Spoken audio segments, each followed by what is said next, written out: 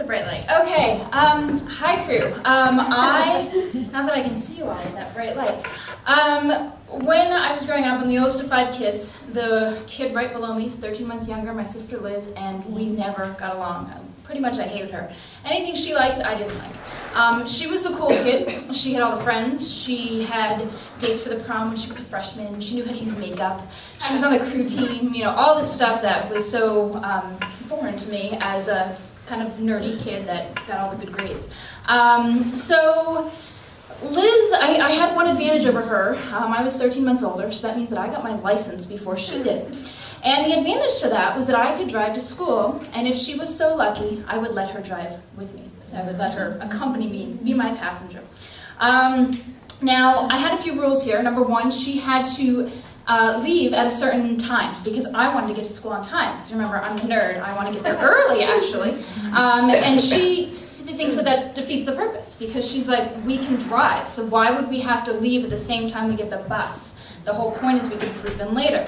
But I was driving, so my father said my rules went. So I was really, really sweet, and if Liz was running late, I would actually leave without her.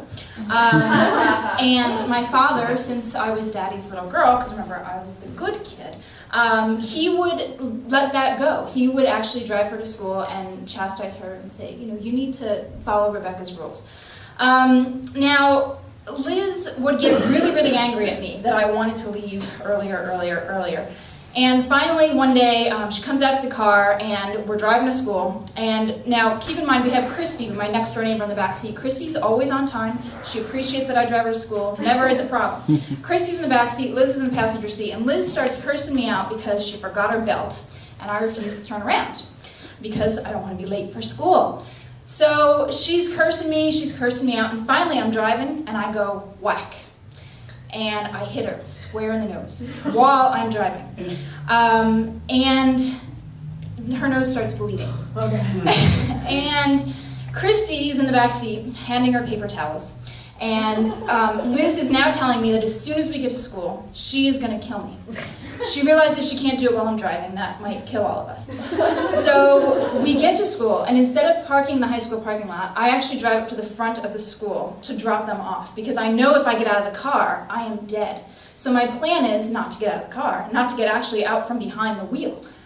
So I drop them off. Now, as Liz is getting out of the car, holding this bloody paper towel to her face, her friends are walking by, and they say, oh my God, what happened? And she says, Becky hit me.